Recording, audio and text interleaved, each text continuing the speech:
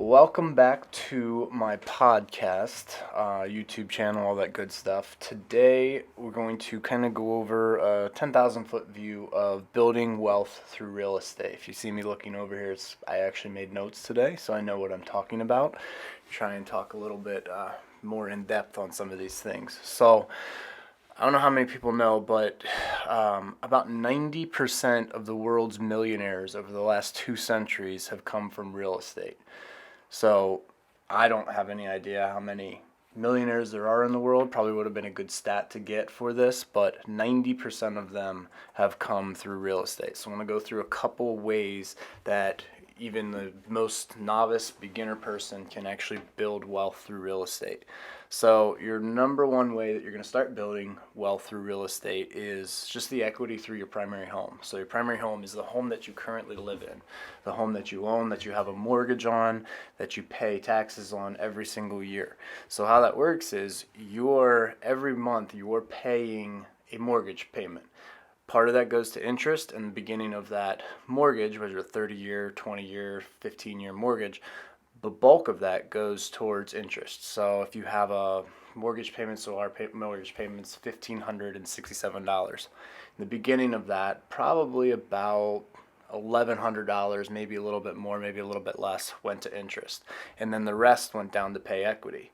But in the meantime, while I'm doing that, I'm gaining, on average, year over year, 2 to 3% of equity every single year. So if your house is worth $200,000 and you're paying your mortgage and you're paying, say, $200-300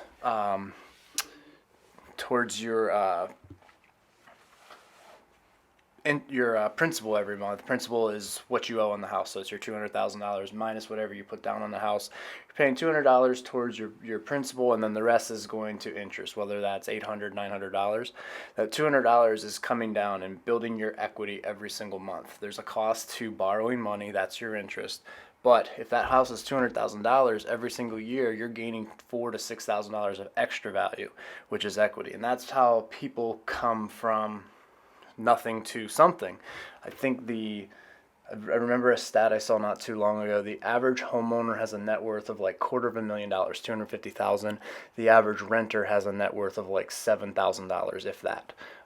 So owning your own home is really a true way to become financially free to a point.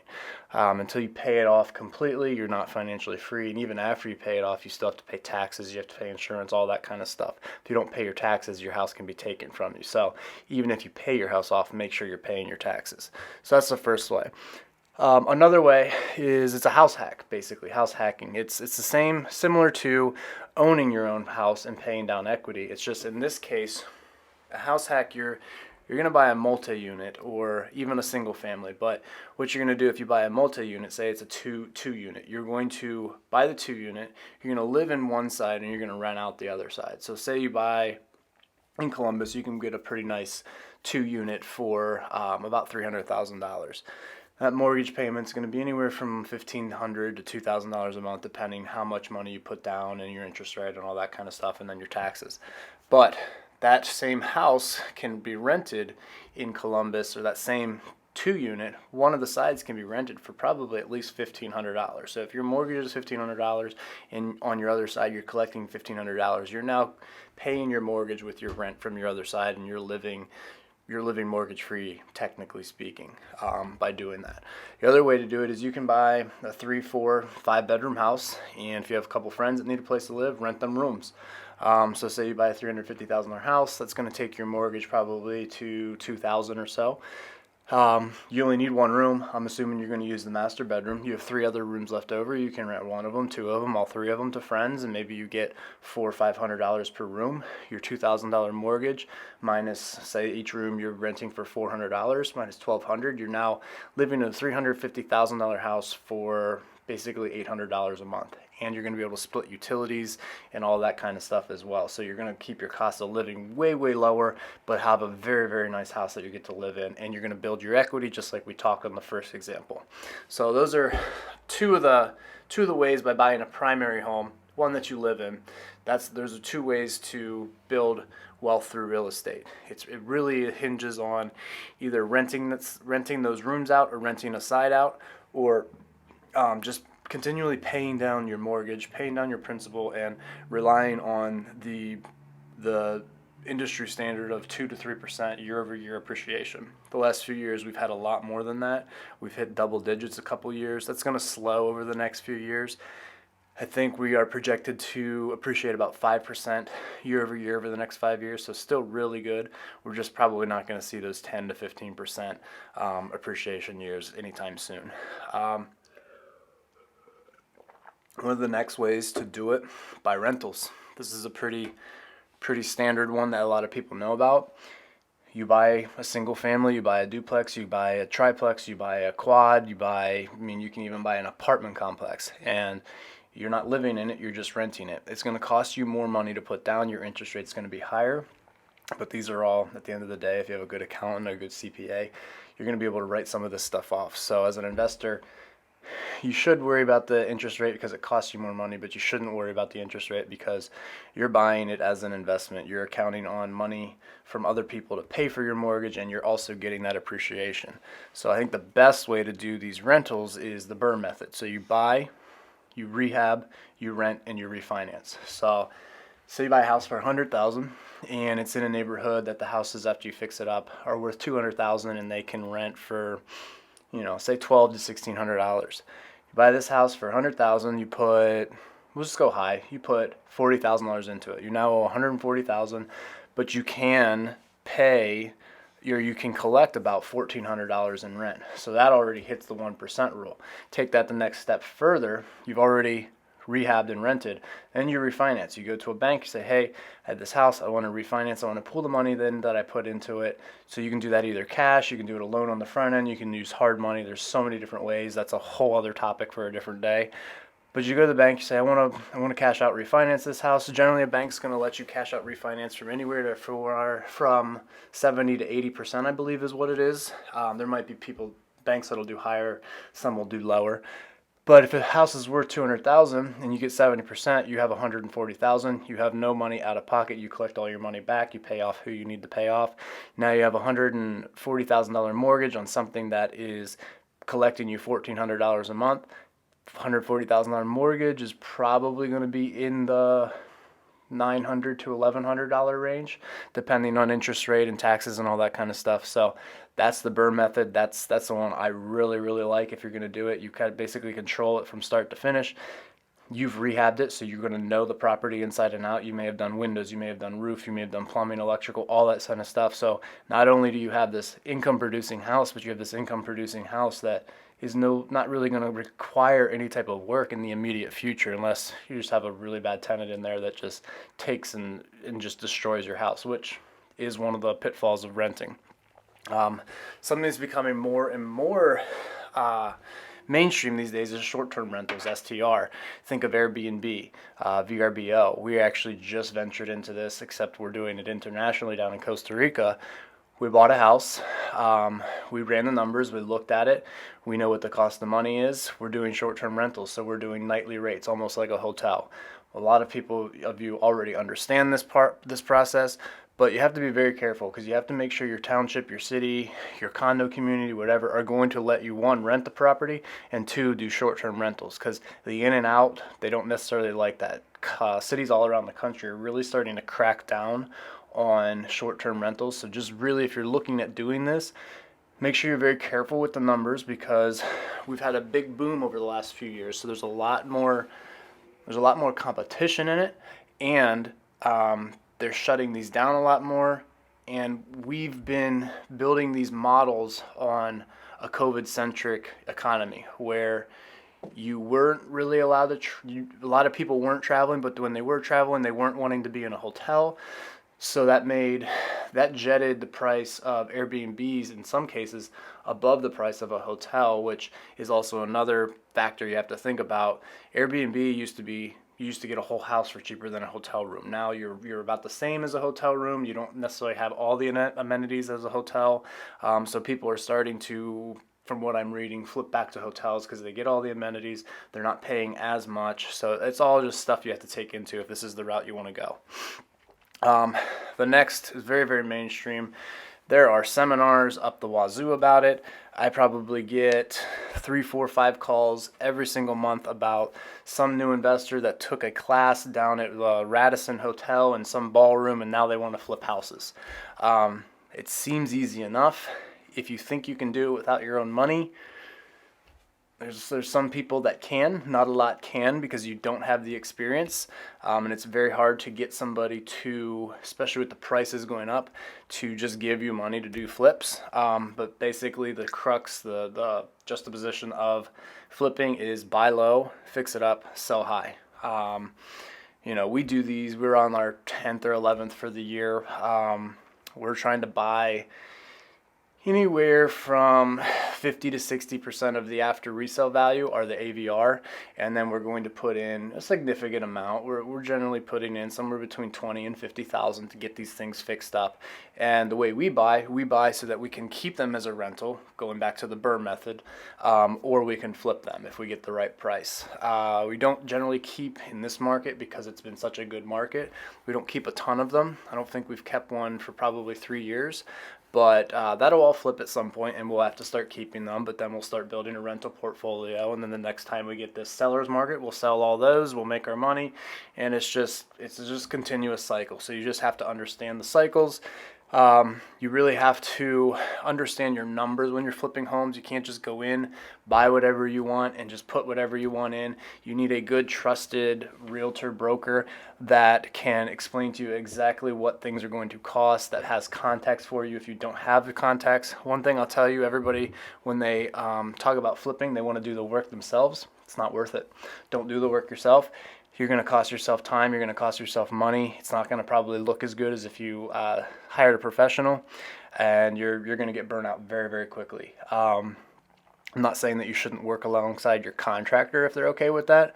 I'm just saying you shouldn't be in there doing electrical, plumbing, roofing, all that kind of stuff, because it's not going to pass if you have to get permits. You're not going to pass code. You're just going to cause yourself a lot more issues. You're going to open yourself up to litigation because you did the work yourself and you don't have a trusted contractor doing it. But the big thing is, make sure you buy within the margins. Make sure you know exactly what your business plan is. Don't stray from that. You can stray a little bit, but I'd even be careful about that. You need to have a lot of experience to even stray a little bit from your business plan. There's very few and far between that we stray outside of our box of what we want to buy. If we do, we've been lucky enough so far that we haven't gotten in trouble, but there will be that time that you will get in trouble. And I will tell you, when you flip a house, as long as you're breaking even, you're winning. You don't want to be breaking even every single time, but on your first one, if you're breaking even, that's a good thing.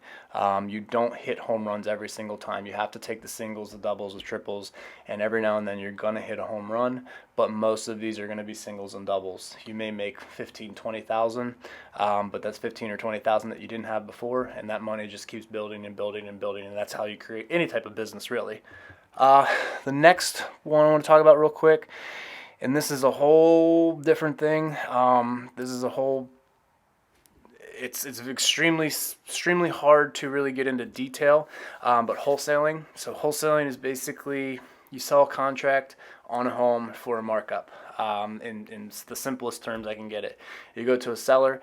They may have inherited a house. They may have tenants that they don't want to deal with anymore. They may have had a death in the family. They may have a medical problem. It might be a divorce case. It's just different reasons that people need to just get rid of a house and liquidate it. You come in, you ask what they want. They tell you, so say the house is worth $200,000. They say, I just want $120,000. That's what I need to pay these bills, to pay my mortgage off and clear what I need to clear. You know the house is worth $200. They told you they want $120. Take the $120, get it in contract. You now have an assignable contract, and wholesalers will mark it up whatever they feel like they need their markup to be. I've seen them be as high as 25%. I've seen them be as low as $3,000. It just depends. It's a whole it's a whole different world, wholesaling. We stay out of it for the most part.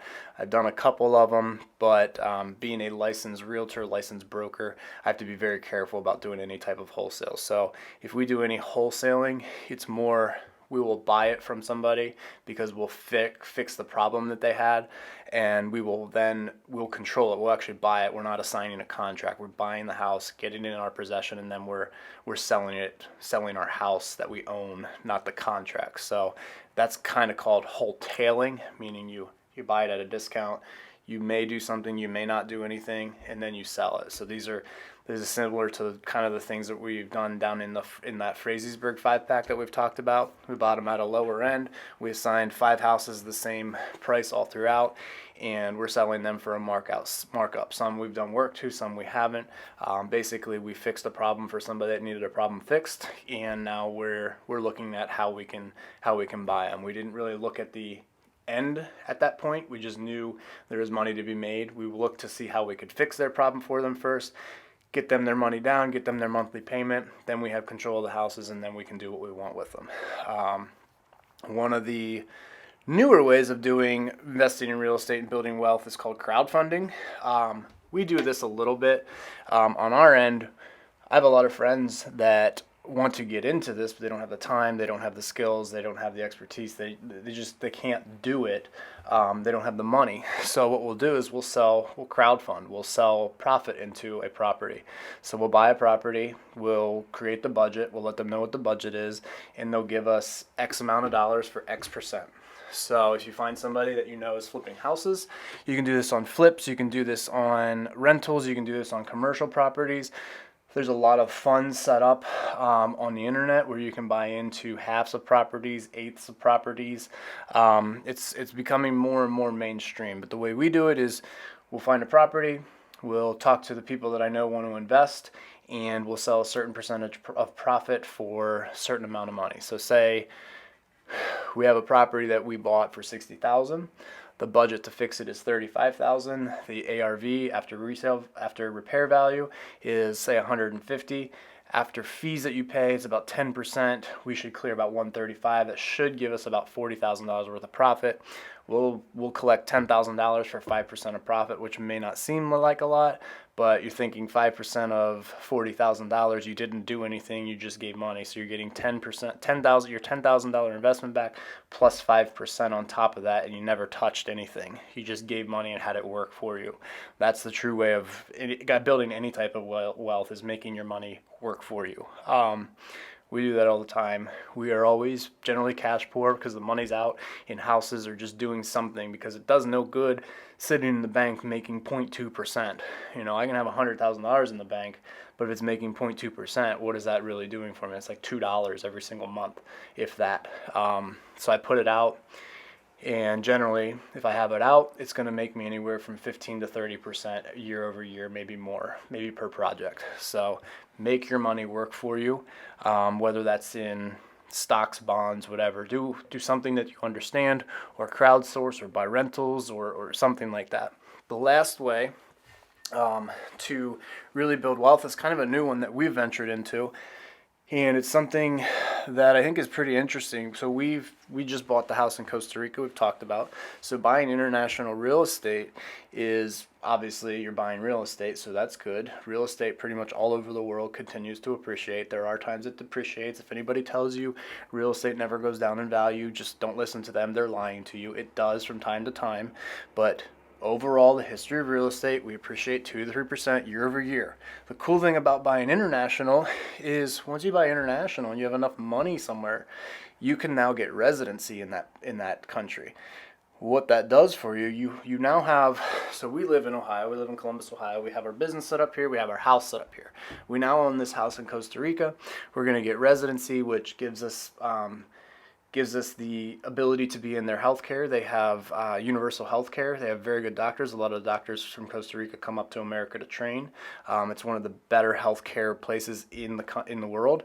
But what it also does is if the United States economy goes to get tanks, we now have a house in a different country. So we kind of hedge against our local economy. We now have another place that we can go and maybe my property here in America is going down, but my property in Costa Rica is going up. So it kind of evens itself out. We're not generally going to lose property value in both places. There's a good chance we'll gain in both places, but if one is losing, then generally the other is going to be coming up. So you kind of hedge your bets on that, and you're in another economy where, honestly, if everything goes to crap here, everything goes to crap in Costa Rica.